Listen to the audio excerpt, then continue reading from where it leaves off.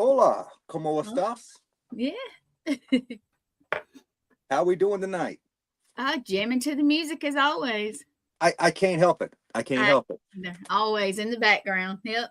Yes, well, it's another Wednesday, so y'all know what that means. Another episode of the Paranormal Unveiled podcast with myself and my co-host Gwen Johns.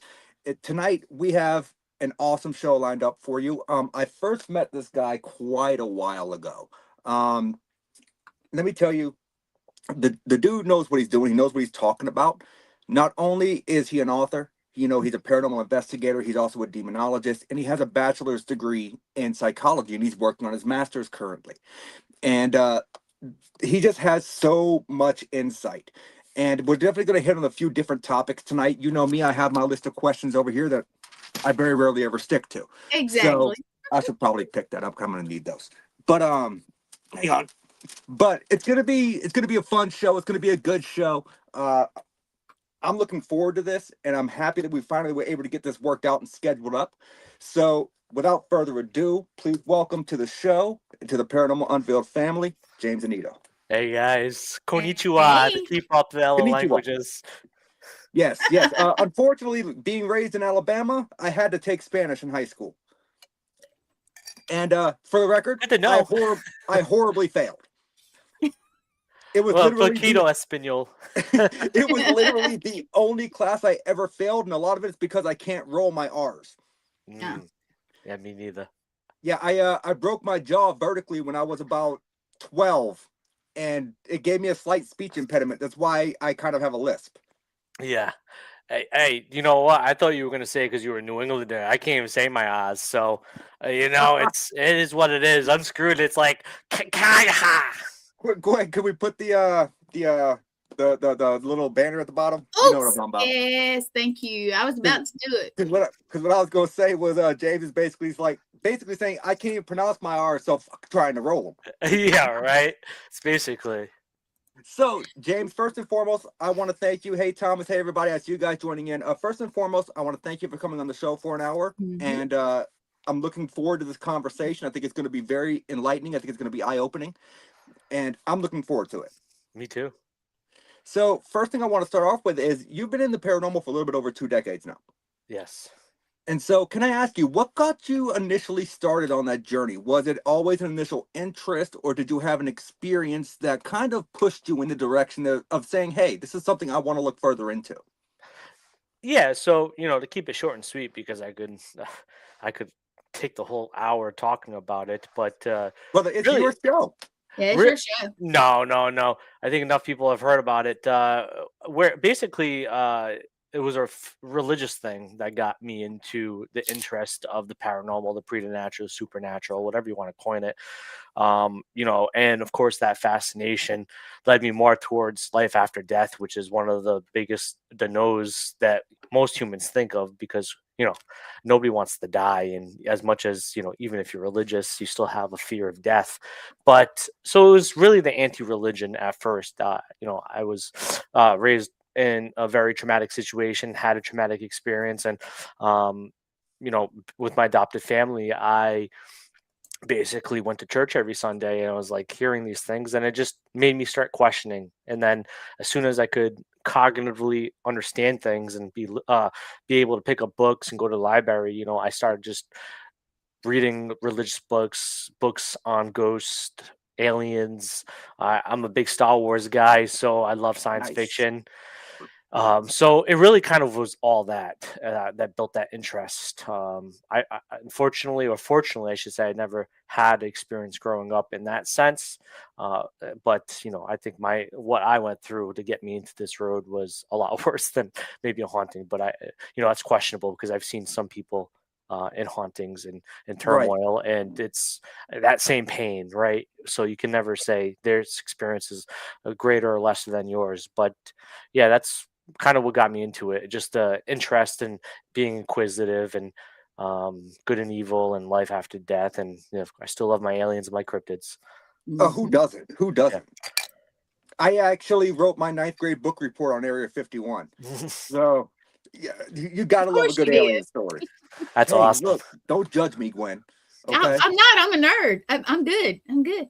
So it kind of sounded like to me what you were saying was when you were younger with your adoptive family, the religion was kind of forced upon. Yeah, in some way, yes. Well, it wasn't forced upon; they were already in that, right? So I have to, Okay. as a child, you have to conform. And you could say it's forced, but it's your parents, or regardless, adopted. But yeah, they were Lutherans before they had me and adopted me. So that was just That's fair. they're not gonna stop their life, right? That's fair. And but a lot of these questions were presented to me, and also thinking of the stories that being told and what I remember what occurred to me, right? Right. So yeah, no, it was interesting though, like hearing it. And uh but much later I had an awakening, and I had an experience, religious experience that made me faithful and really kind of intertwined me being involved in the paranormal, right? I was involved in it at the cusp of 15, so like I got my birthday's in June, so I probably got into it like May or right, whatever. But so I got investigating it at 15 years old because the show is Most Haunted, Mhm. scariest places on earth, and of course Ghost Hunters, and I live in Rhode Island, so that was a shock to the system. But Yeah, over there in Warwick. Yep. yep. And that's where I grew up, is in Warwick, actually. Funny enough. But so it really all that built, and then when I found my faith, it was like, is investigating good enough anymore, right? Like if I go to Right. his house, and eventually I got into residentials and came across somebody that wanted to help me beside the evidence or the data of proof that they weren't crazy. And I was like, I don't know what to do. And that's what put me on that journey of mixing my faith and my ministry work that I was doing at that point in time after the military. Um, Thank you and for your service. Thank you. But so I formed ministry in investigating, and that's what I've been doing ever since. I like it. I like it. Yeah. So we're gonna go back to something else there, and Hmm. I might forget. But I want to touch on that later because it actually kind of was going into something else. I know what it is. Never mind. Okay. I have spaceball moments. You have to And excuse we me. all You're do, brother. you're a Star Wars guy. I'm a Spaceballs guy. I like the Schwartz. Okay. I can't wait for But the second one. I know, right? It's gonna Yeah. be awesome. But so, do you feel like your background in the faith is kind of like what pushed you into going into the realm of demonology? Because that's not something that everyone is open to or willing to tackle. Yeah. So I'm a big Greek philosophy kind of guy. Like I love the Epicurus, which is the creator of Theodicies, which is really our basic modern understanding of good versus evil.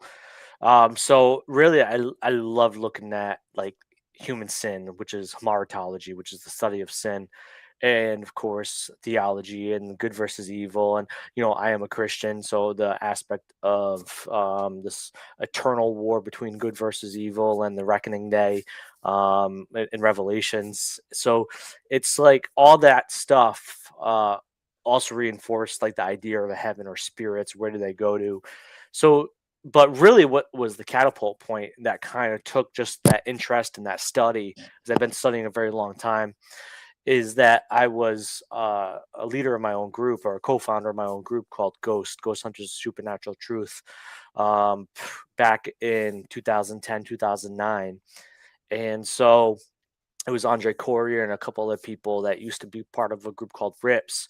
And they're famously known for being on a episode of The Haunted Demon Attack, which was one of their most illustrious episodes in viewership. But That's probably where I know them from because I've heard um, the name. so they worked with Carl Johnson, and I had already met Keith Johnson because I used to be electronics manager at Walmart, and because I'm a big techie. And so I was just like, I saw Keith shopping because he lives in Warwick as well, and so doesn't, well, Carl doesn't anymore, but he used to.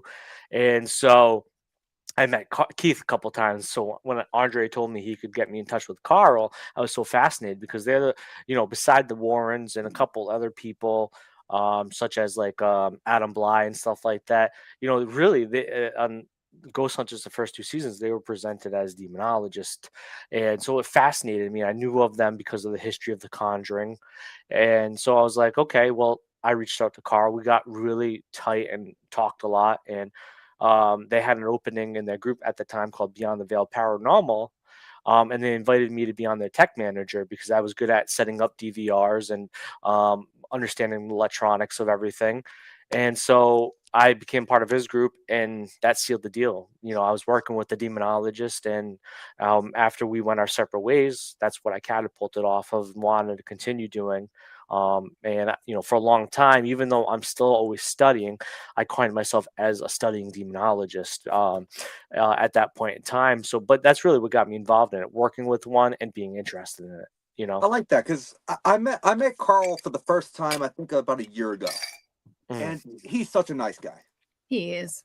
He is such a nice guy. A matter of fact, he was supposed to come on my podcast, but I think some health issues got in the way for him. Yeah. And so we're going to reschedule to have him on a later date.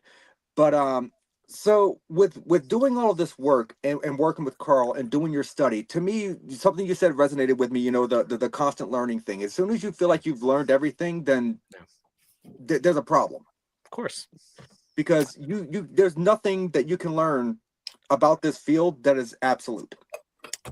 It's very, very true, and especially when it comes to even the paranormal, but even religion In general. In general, life in general. Like you could live 90 years, 100 years of life and still have not done everything that is applicable to living on Earth. So it's like it's imperative to think that it's like you never stop learning, you never stop experiencing, traveling, doing things, right? And the paranormal is that, because if we had the answers, it wouldn't be called the paranormal. It would Right. be it would be the normal, right? Right. And and that does bother me a lot when I see people, like, I love doing podcasts. I've been on over 150 podcasts, not including my own, but I've been on over 150 podcasts, and every time someone announces me as a seasoned investigator, I'm like, please don't announce me like that. I am not a cast iron skillet. I am not seasoned. I am experienced. Yeah. I really don't know everything, but I can tell you that I'm going to give you the knowledge that I do have out of my almost 18 plus years of doing this. Yeah. Mm-hmm. And so throughout that time of working with Carl and you guys doing these cases, did you ever have a case that is etched in your mind that you've not forgotten about? With Carl, we never really, I would say, tackle anything that would call demonic. That was something on my journey after separating from that group. But one of the experiences that I had, and I haven't told this story in a long time, but it really is a levy of experience in understanding good versus bad, or even mental health, or the human element, right? Which is a lot of what my book's about, is the human element, but also the realities, the possibilities of it, of the paranormal. But we got a case, I think it was in Connecticut, if I remember correctly, but they had called, of course, the Carl and Dina, who were the founders of that group, and I'm just there to show up and set up the equipment and do everything. And so we walked in. One of the things they were experiencing were hallucinations or observations of apparitional forms, and other phenomena like scratches and stuff. But as soon as we walked through the threshold, the door, and you could say, okay, well, it's demonic. We ate this foul smell, right? That sulfur smell that you think of, or this obnoxious, nasty, ugly, putrid smell. And I call it rotted meat mixed with burning hair. Yes, I just call it my farts, but that's fair. Yeah, but what's it called? But in all seriousness, we walked through and we got hit. Like we were like, oh, ugh. And then one of the questions is like, do you have animals and stuff? And they're like, oh yeah, we have a cat. And so I'm very inquisitive in the sense of like looking through rooms, and not like through people's stuff, but looking at the homestead, like the location, just seeing all the nooks and crannies that they said they were on medications. If they have pill bottles, I try to use my peripheral vision and you have to and see, okay, well, they lying, maybe they're on psychosis medications or whatever. But so I was just, after a lot of the questions and like their experiences, and mind you, we're sitting on the couch, and this is gonna lay up the whole story in a second. I don't know why they thought I wouldn't, or I asked them if I could look around. I walked into this one room that had the door shut. It was pitch black, and I turned the light on. Mind you, there was like 10 cats in that room, which is illegal, by the way, in most states. I walked into the room. There was 10 cats, and it quickly came upon me that that smell wasn't a demon. It was ammonia from the pee. And it was all over the couch. We were sitting on it, and we realized. And I told Dina and Carlos, I was like, "Hey, yeah, um, you just been sitting on cat piss this whole time." And so we were like, "Ooh," we quickly, we said, "Hey, do this, do that," and we got out of there, like, because Right. we're like, we know what's going on. Like, they're hallucinating because of the ammonia. Maybe they're accidentally scratching themselves and then coming to themselves to realize what scratched me.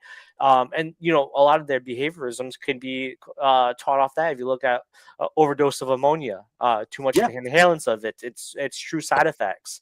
it is. So it's like we got out of there. But that is one of the most prolific cases I remember of working with Carl and Beyond the Veil, because it was like that was a learning tool to me is that, yeah, you can be sincere, come check out this person, but not all of them are going to have actual applicable phenomena where it's either a demon or evil. Sometimes it's Right. themselves and their self projections that's becoming real into the environment. Right, right. And so, first and foremost, before we continue on real quick, I want to say, hey, Mm. hey, Resnick, I seen you down there. JD Hill, I saw you tuning in. I saw Morgan. I saw a bunch of people. Like Triana, I saw Brianna, her. I saw Joe, her. I yeah, saw her. Candace, yeah. I love I Lee just, Triana. I've known her for God a long time.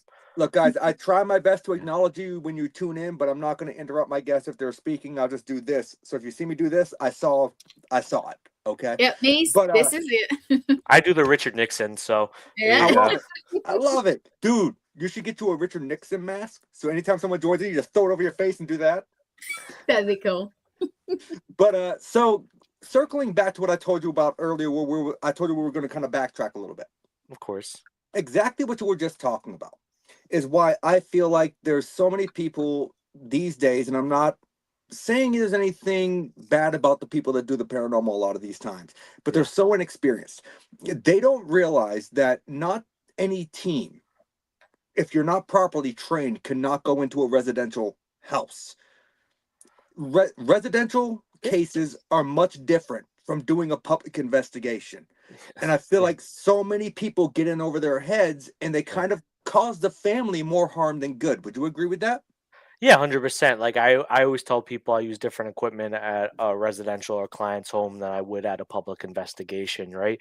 A lot of Mhm. the public investigation stuff is lights and bells and whistles, and while the tools I use at client's home is more practical and something that can actually detect natural phenomena that help outweigh the possibilities of there being spiritual phenomena, like if high EMF fields and high static electricity and other power lines above the head, and a radon, that's what a lot of the stuff that I employ in these houses. Like, yeah, I'll use like certain like digital recorders and photography and videography and stuff like that, but like I'll bring a level and level flow, see if the flow is level depending on the age Always check the floor. Always. depending on the age of the home. Of course, newer homes, you really don't have to worry about that, but older homes, but like wire, if they have doors opening, you can, I even have, for people, because it's technical, I have the fanometer, which is takes air circulation issues, like if enough CFM's going through the room. Like, those are things that I employ differently than I would public investigation. And on top of it, what's important too is it's also how good you are with people, and Mhm. not leading them down a narrative, right? You want them to explain the narrative. You don't want to add to it. You might want to ask open-ended questions. You maybe lean into some of their questions a little bit, but you keep it about their story. You don't add element. Yes. Like, I never tell a client they're dealing with a demon if they really truly were. I never claim to them that they're dealing with something evil. I'm just saying, well, we have an idea. This is not empirical, but we have an idea. We're going to lead on to this, and then we're going to try to do our best to help you. This is what you need to do to aid us in helping you. You need to help Agreed. yourself as well. So a lot of the techniques I use are different. So for a lot of teams that are, ghost hunters, as I like to call them, which is the hobbyist of it, to a paranormal investigator, which I think would be more of this aspect of actually employing some sort of minute science into it. But It's that, you can't take a ghost hunter and put them in residential because they're going to use the No, ghost boxes. They're going to use the SLSs. They're going to use a lot of these pieces of equipment that can easily have false positives where they're going to believe that they're actually talking to something. And then most of the times these people actually have the family involved in it, which either spooks them or makes them believe more of a narrative or what could not possibly be there as agreed. well. Agreed. And I'm actually going to have fun here soon because with my income tax check, I'm going out to buy a Windows operated laptop so I can build my own SLS cam. Mm, I have the actual the stuff up here to do it. I just haven't nice. had a Windows operated laptop. And I'm going to show people how you can trace back false anomalies using an SLS. Do not Yeah. trust everything you see. Dude, I tell people, like, I am like you, I know we could have geek talk for hours, dude. Oh, for Um, sure. but I tell people, like, I love Microsoft. I'm a big gamer in general. Like, I have a gaming PC next to me. I have a PlayStation 5. I have an Xbox. I have everything you can imagine because I love games and I love understanding the technology. I love tinkering. I'm actually going to change out a fan in my PC probably after the show. But yeah, I tell people if the Connect, which is SLS, if the Connect The or the Xbox Connect Connect, yep. 2 was so well and created well and was this magnificent tool, why did Microsoft disconnect it? It wasn't because of Exactly. poor sales, because the Xbox One all came with a Connect. They realized that technology, as good as it was and decently as it was, there was a lot of holes in it and a lot of mapping issues that were with the camera, even the Connect 2. That's why it didn't get packaged with the unit, and they try to use it as a niche for the people that maybe did like it because the Wii and a lot of these motion controls were very Yep. popular at the time. But why did they discontinue if it was such a great piece of equipment? And then now people Right. use it for ghost hunting or paranormal investigating, and I'm like, yeah, could it possibly? But you reflect so much shadows, and in any house you are in, every surface is reflective. Yes. Walls are reflective. The windows are reflective. Depending on what floors you have, they're reflective. So Yes. you cannot think that your shadow is not creating that stick figure. No, I agree with you 100%. So Yeah. actually, whenever I start assembling the camera, I may reach out to you for some technical advice, just to be safe on putting it together correctly. But I can tell you right now, my whole intent is not like other people. I'm not building a camera to detect the paranormal. I'm building the camera to show you why this camera it doesn't work. Oh, I agree, man. I love that idea, dude. Yeah, I love how you tinker and you kind of lay out the law. It's awesome. And because I can tell you right now, I have used a ton of SLS apps, which for the record, they suck. Read my book, you'll know. But Read his book. but I can tell you right now, they suck. They map everything. Here's the thing: if similar to the Connect, right? If it Yeah. maps something that looks even remotely like a limb, it's going to map out something. Yeah. I have seen SLSs on ghost hunting shows map out a doorway.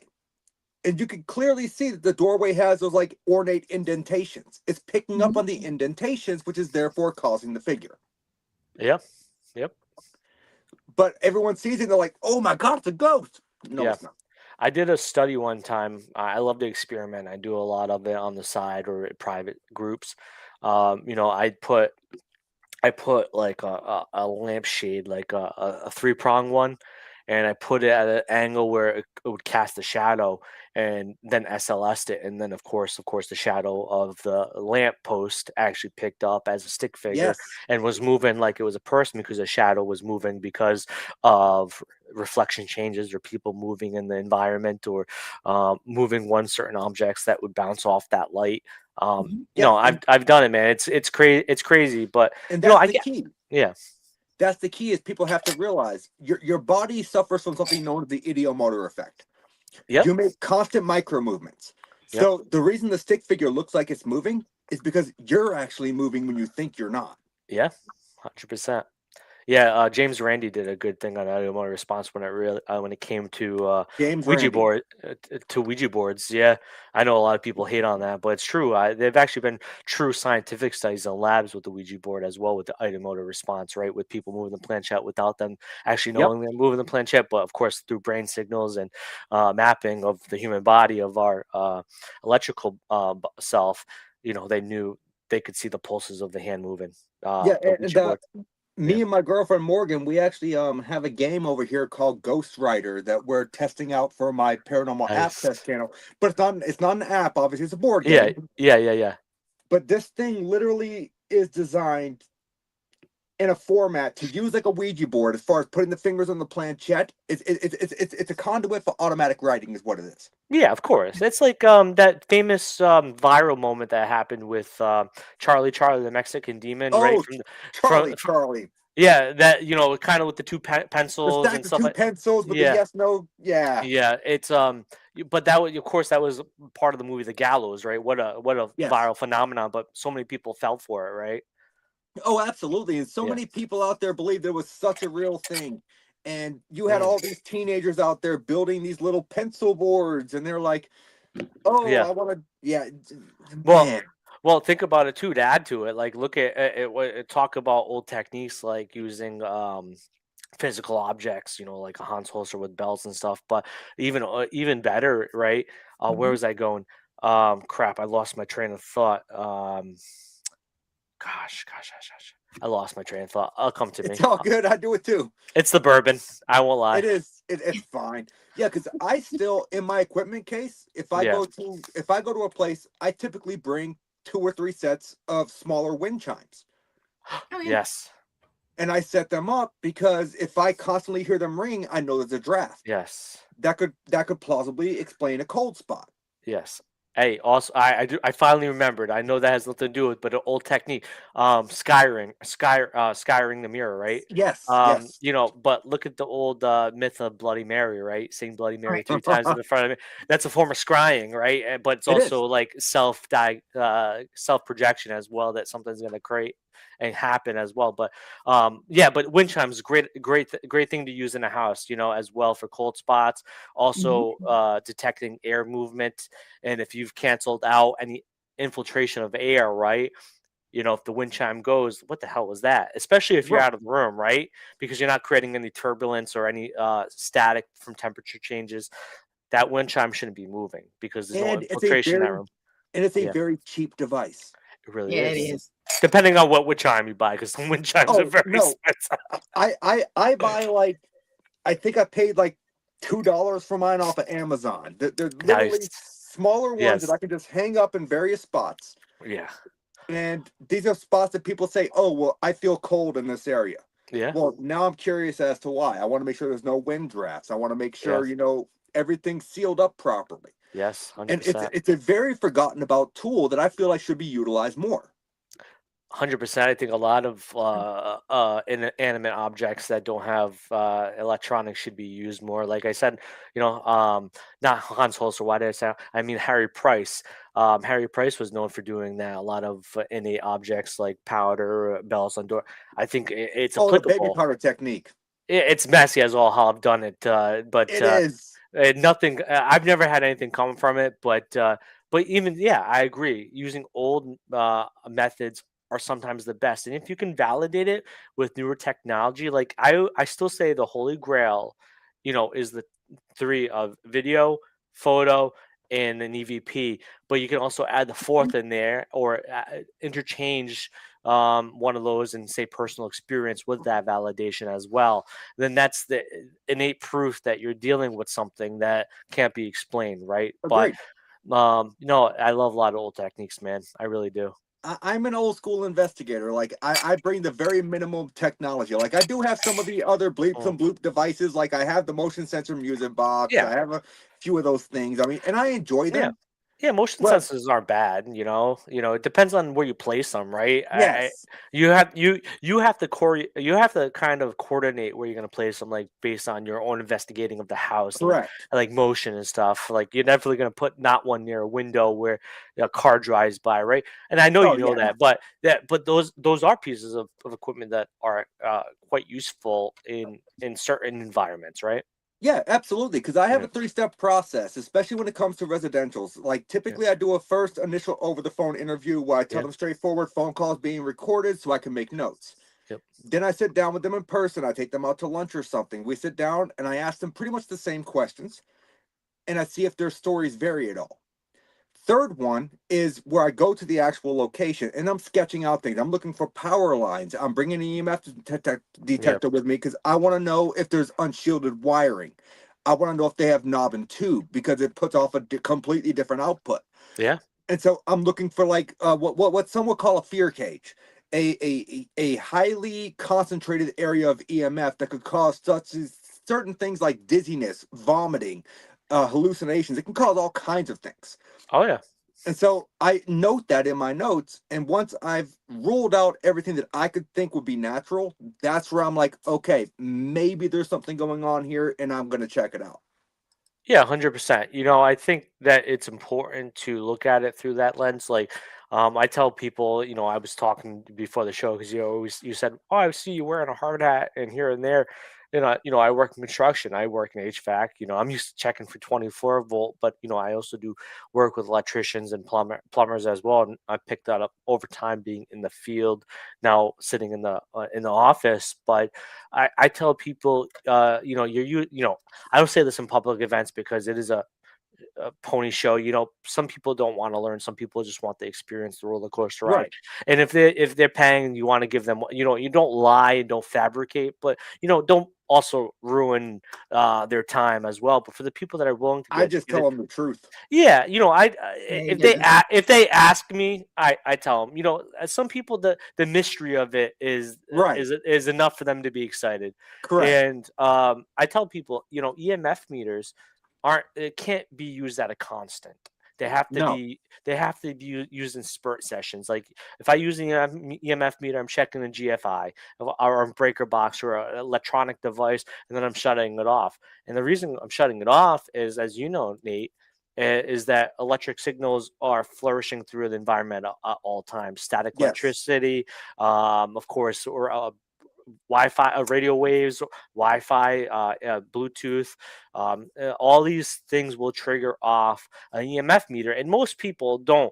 And don't get me wrong, even if you shut off the breaker box at the panel, and even at the meter, you're still going to get You outside still have residual interference. energy. Yeah, you have residual energy, and you still have signals bouncing in and away, from the house, Mm. as well. So it's never going to be foolproof, but no, it's the same thing. I love what you say and how you present it. So No, yeah, and I appreciate that. That's a mm, huge compliment. It really is.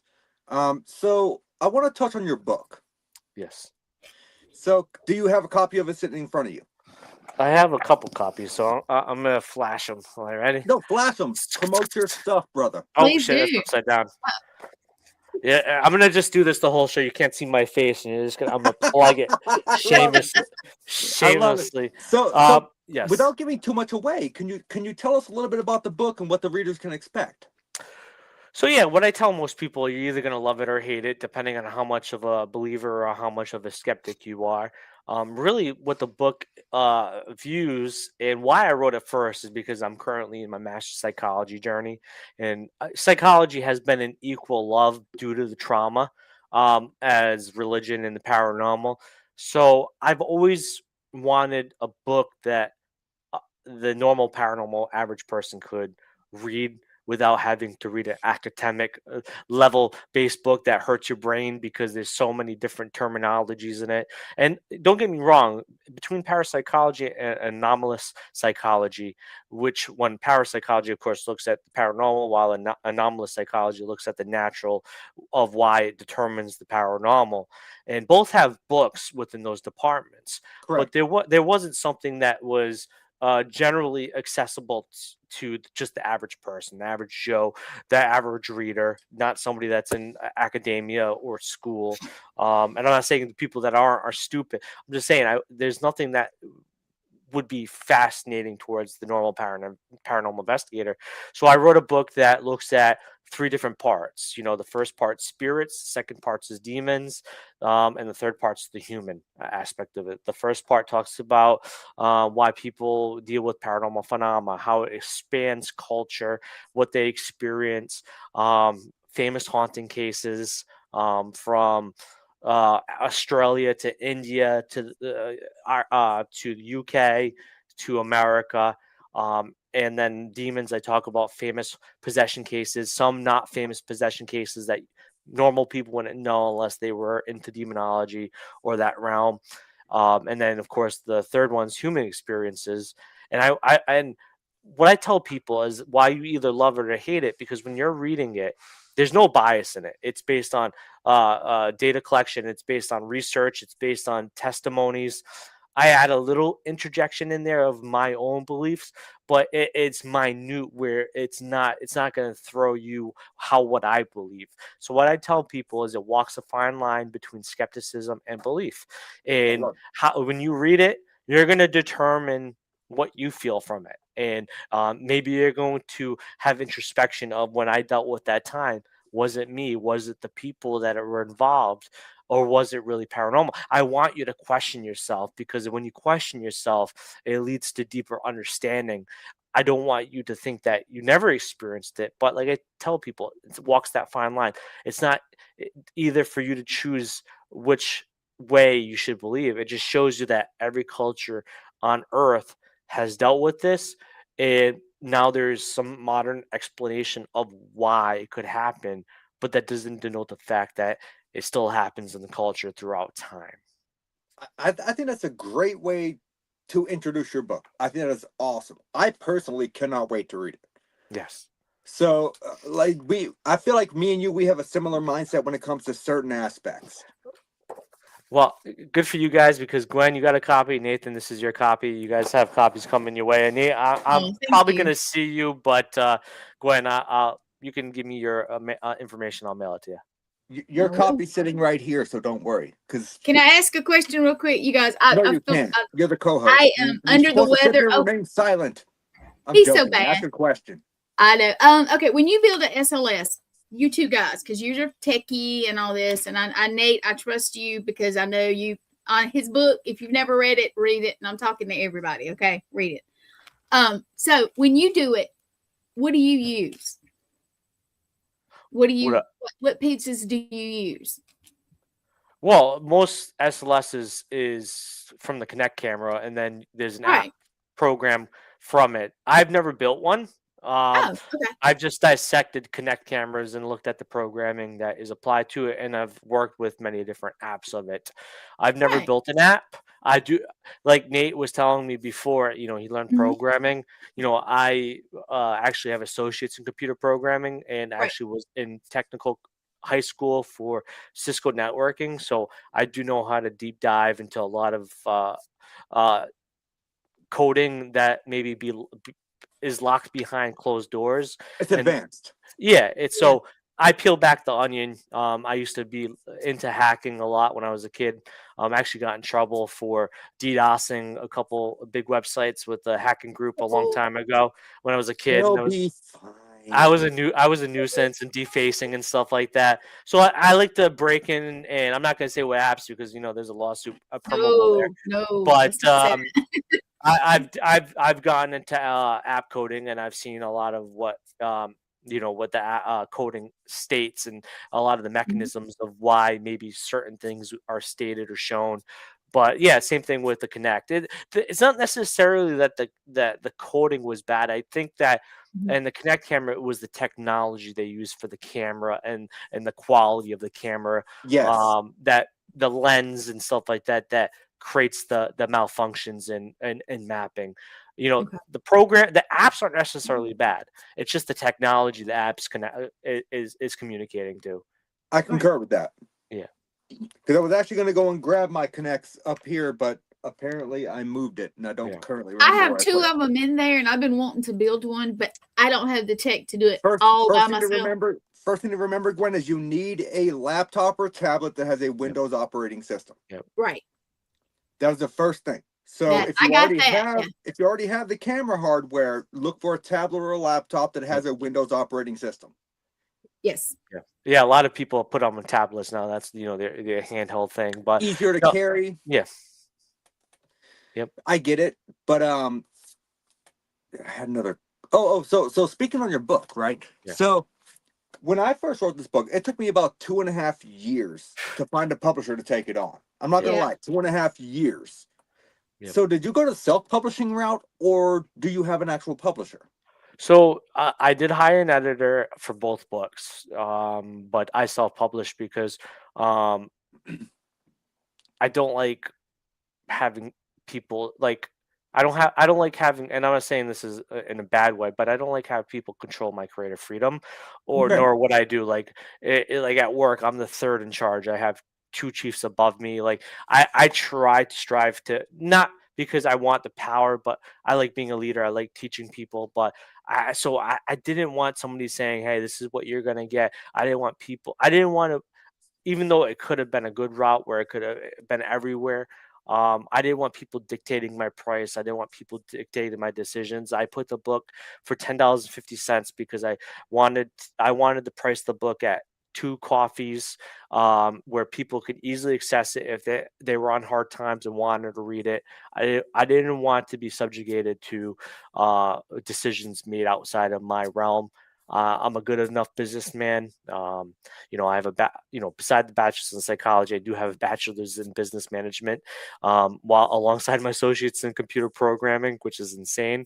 But so I've always built myself and did things for myself and negotiated for myself. So I wanted to self-publish as much as it was so hard to do. And I'm not looking forward to this next book that comes out in April, because this month's the editing phase, and getting the copy and then doing my self So edits and then doing all that. It's is freaking this nigh money. so the second book is not out yet, correct? Second book comes out on Good Friday in April. I just wanted to make sure I didn't miss a book. I would have been a horrible podcast host if I missed a book. No, second book comes out on Good Friday, which is April 3rd, I do believe. And yeah, that's the history of demonology, which is more upside my realm, what most people know me for. But it's not going to be like stories of my cases. It's going to really kind of be like demonology from Mesopotamia, the cradle of civilization, to modern times, and maybe a future outlook of it.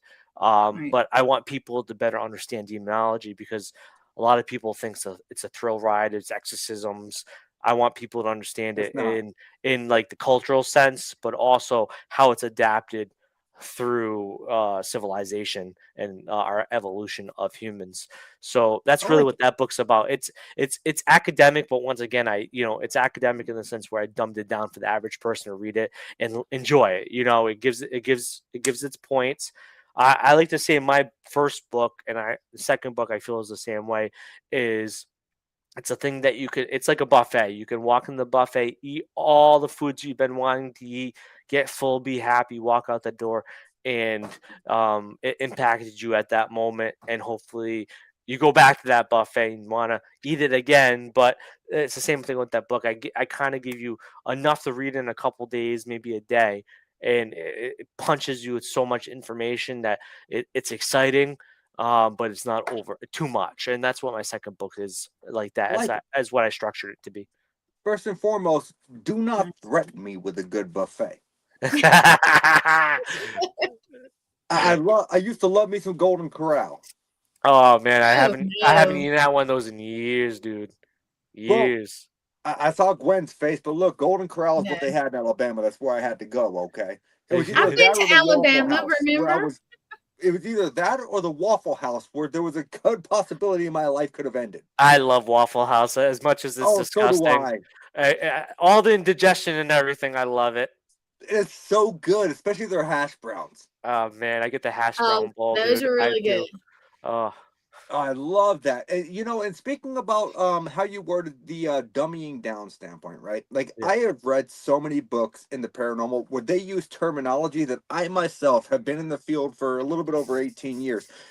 And I'm like, I have to Google this word. Because I'm Yeah. like, what the hell are you talking about? Yeah. And so I love that aspect of the book. I like the fact that you kind of bring it to a normal education level. And you said you have a bachelor's in psychology and you have a bachelor's in business management. I do, and associates in computer programming. Yes. So to quote Pulp Fiction, changing the name, look at the big brain on James.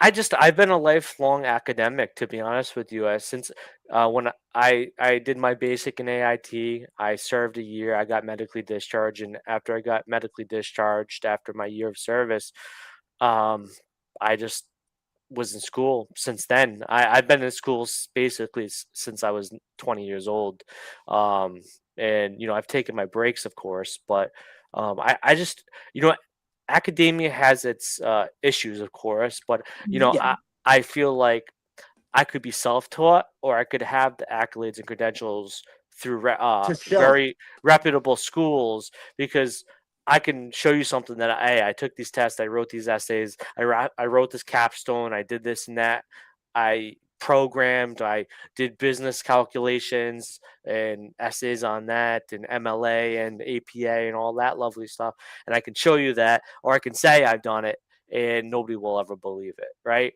And that's Right. unfortunate a lot in the paranormal. And I'm not saying it badly, right? I made a post about it the other day. Everybody wants the title, everybody wants to be the superhero, but you know, it's good and all that you want to be that, but there are logical steps to doing a lot of what this field entices. There are Yes. specialties. And I work with people. I'm a demonologist, so I feel it. The psychology is very important with what I do. I Mhm. was a part of a church and another church, and was ordained in both. And even though I don't claim that anymore, doesn't denote the fact that I got those trainings from those theological bases, and I employ it. So I've always tried to learn from other people, but I also have tried to learn from academia and some of these snooty people that are in there. So No, and I love that because here's my thing. When you word it like that, as far as academia and and go into physical colleges, right? yeah, About 3 or 4 years ago, I did a YouTube video. There was a two-parter called "Scams Aimed Directly at the Paranormal Community." yeah, And it was those people that were offering their online degrees from unaccredited colleges. As yep, far as you could get specialized to do EVP, you could get yeah, specialized or get an accreditation in demonology. yeah, You could get, you could become a certified ghost hunter for $5. yeah, yep, I, I, I, Okay. yeah, I hate the people that fell for that. yeah. See, like get it. I'm a year out from my master's, right? I don't see anything coming from it. I'm already ahead of my dissertation paper with my book. That's the whole merits of it. I actually have true research going on through my school, which kind of has been abandoned because a lack of interest in population pool. It's still there though, and still being accumulated. And I still look at it, see more people have answered. But I find it interesting that certain people step away from that the realm of wanting to go to academia, right? Like I forgot what I was thinking of. I wrote a post yesterday about like people that claim to be priests, but like I work a lot with Father Bob. He's a great friend of mine. Amazing person. I see Mhm. him He every is. week. I see him every Wednesday. Well, this week I won't see him today because I'm on the show with you guys, but I'll see him on Saturday because we're going to Thomas's birthday on Saturday. And so, I see him every week. But he's a man that's a Roman Catholic priest, and of course, different denominations. Don't get me wrong; they have theirs. But man spent 8 to 10 years in schooling to be a priest and to get his degree. So that there's respect there. He went through that formation. He got that, while other people are going from laity, which is a normal individual, to a priest in a year. And I find Mhm. problems in that. I also find problems and I'm not targeting anybody. This is broad spectrum. Is that my hard work and my master's in psychology, I hate seeing people that call themselves a parapsychologist and have a doctorate in parapsychology, Oh, but that. have no psychology degree. Don't even have a bachelor's or master's in psychology. How did they go through a doctorate program without a master's? And if their master's was in freaking linguistics, they're not going to be able to do a doctorate in parapsychology because there's no cohesion between those I two agree with you. degrees. Same thing with um I can't oh, so speaking of good places, like, right, I taught a demonology class for a group called PPRI. I was the New England supervisor for a parapsychology group led by two actual doctors in parapsychology. Actually, one in parapsychology, but he had a master's in clinical psychology, and then this other doctor that was actual doctor in psychology. And they ran this group, a parapsychology group. They had classes, but they were like 4 to 8 week courses. But at the end of it, you got a certificate saying you passed introduction to demonology, but they didn't get a certificate saying you are now bestowed upon by Right. PPRI. You are a demonologist.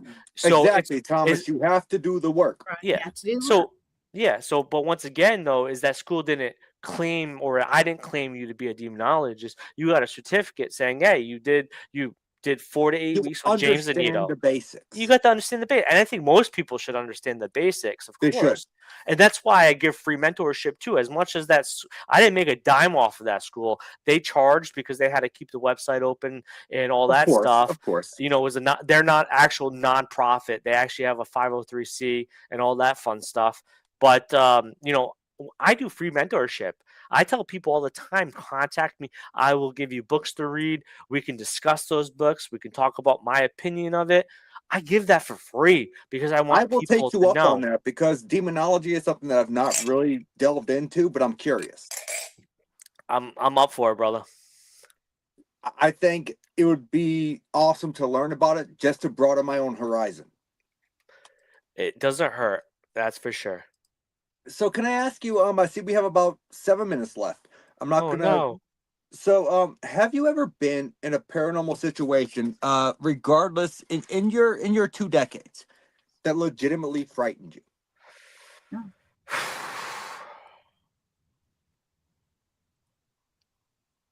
Not to sound stoic and egotistical, not really.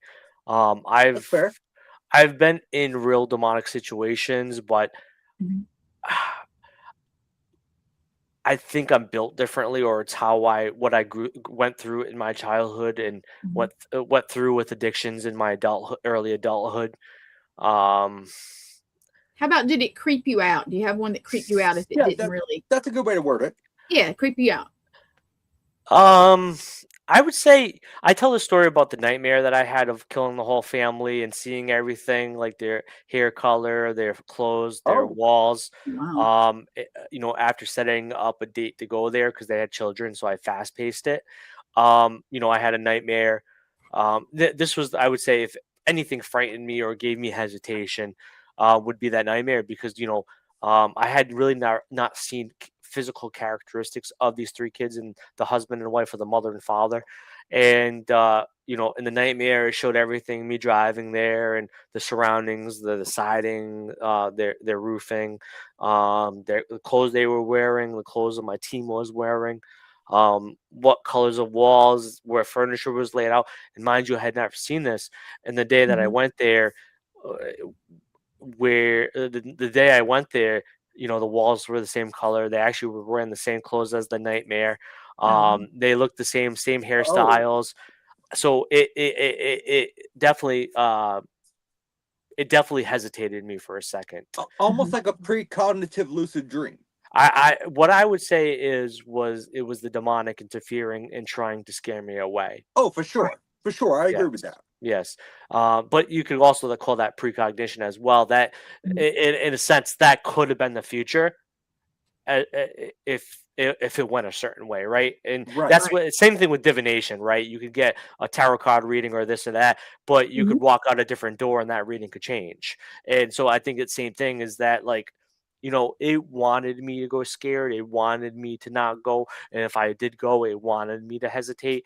But fortunately, I'm a person that is able to switch off certain personalities instantaneously. Oh, Maybe it was Candace, remote. yes, Yeah, maybe it Candace. was remote viewing too, but in the nightmare, I did kill them, right? I butchered children. I butchered the husband and wife, the mother and father. If you were watching Hostel Saw, that's what my nightmare was before I woke up in night sweats. And so, yeah, maybe it was remote viewing to an extent. Maybe it was manipulation as well. Mhm.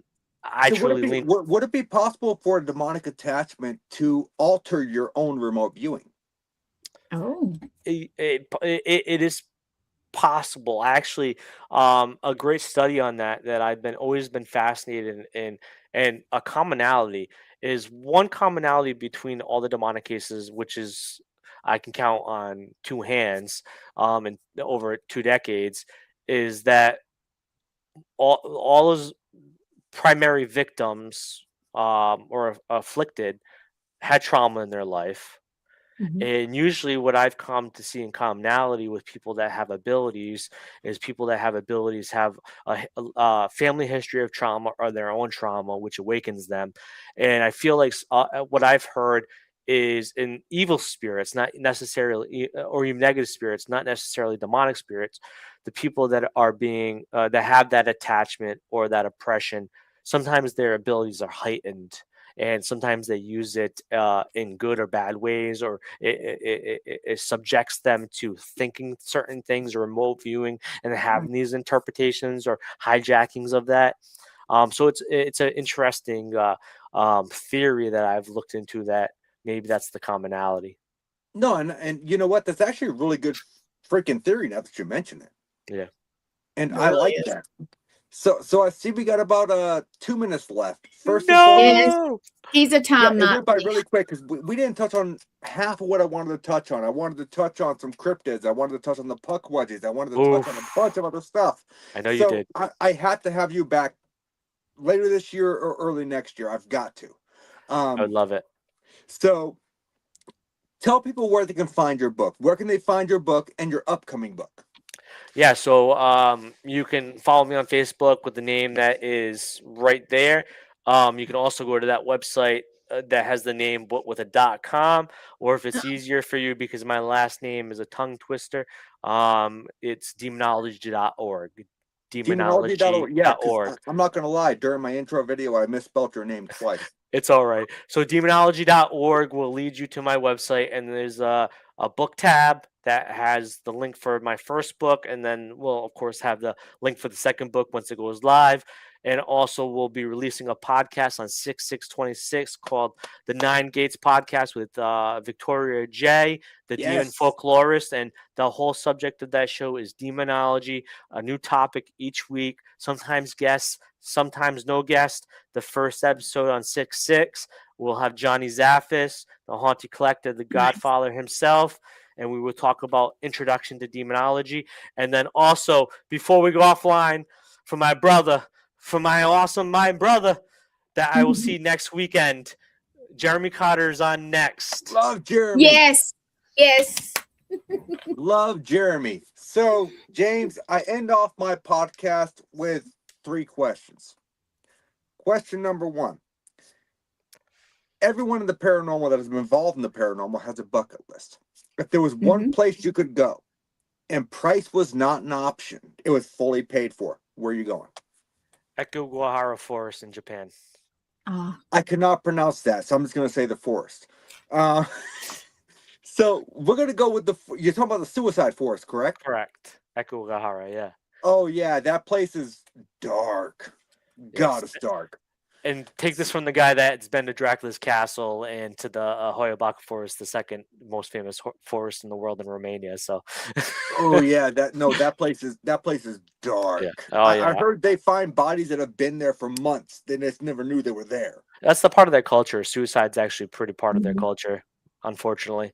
But yeah, Yeah, so we're going with the forest in Japan. Like I said, I can't pronounce forests. it. So we're going with the forest in Japan. Yes. You can bring one person with you. They can be alive or dead. and they do not have to be involved in the paranormal field at all. Who are you bringing with you and why? Nikolai Tesla. Tesla. I like that one. But why? Because he was brilliant and could understand technology. I would have said Thomas Edison with the phone technology he was the spirit phone he was going to try to create, but Nikolai Tesla, because he was so brilliant, and I felt like he could somehow create a device that could manipulate the environment or understand the environment or the electric pieces of the environment, and maybe create a device that could detect this atmospheric energy or ethos or force that came in that what we call spirits or demons. I or love angels. that. I love that. So we're going to the forest I can't pronounce in Japan, and we're bringing Nikola Tesla. Awesome. You can only bring one piece of paranormal equipment with you. What piece of equipment are you bringing? Ooh, man, that's a tough one. My notepad. Notepad. I love that. Old school. Me too. Old Yes. school, man. Yes. Write Old everything school. down, times, hearings, everything.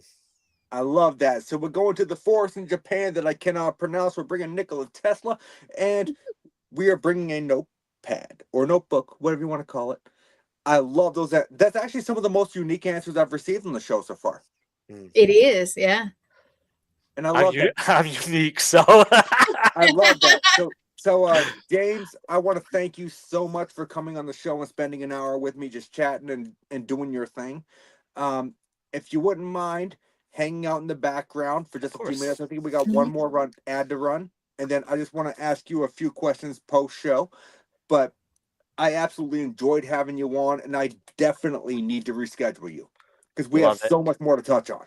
Thank for you. sure. Thank you guys for having me. All right. No, it was my pleasure. Hold on just a minute for us. All right. Yeah, I told you that was going to be a good show. I was looking forward to it more than you know. So yeah, and there was several other questions that I didn't even get to hit on. And I saw his face when I said I want to talk about puck budgies, and that face he made. We need to do it. Hey, we can always do a special. You know, I know somebody. I know somebody. We could. But yeah, I didn't hit on that. Like there was so much more I wanted to hit on, and we just didn't have time. Yeah. But well, you're the Nazi, so you know. You know what? I know that Jeremy shows after mine, so I'm trying to keep him in good regards as well. I don't want to kind of overrun on his time. No. But either way, you know what? It was an amazing show. Yes. And I really enjoyed having James on, and I'm looking forward to rescheduling him for another show. What did you think of the show? Were you happy with it? Oh heck yeah, man! I was excited. I've never got to talk to him like face to face. I don't think I've ever seen him in person. If I have, it's one of those where it's so busy. I think he was at something, but I've been usually we're so busy running around, it's just crazy. So well, but I'm looking forward to it. I know, I have to, and I want to go to Thomas's birthday too. Thomas, if I could make it, it's a little bit of a drive, you know. Yeah, same for me. Yeah.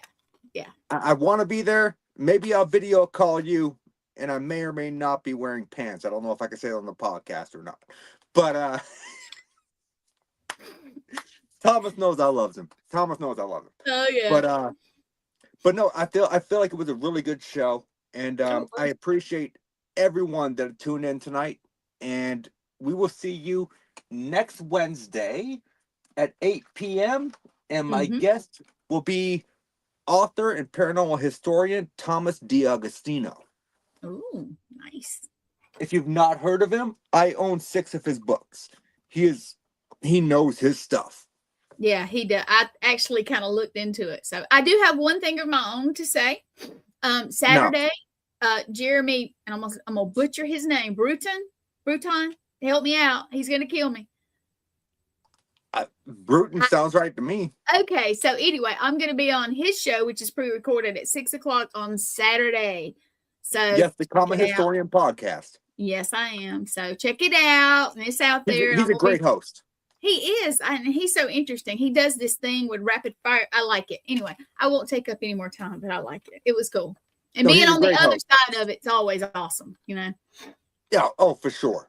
But everyone, thank you guys for tuning in. That was another Wednesday night Paranormal Unveiled podcast with myself and my co-host Gwen Johns. And we will see you guys next Wednesday with Thomas D'Agostino. Same spooky time, same spooky network. Good night.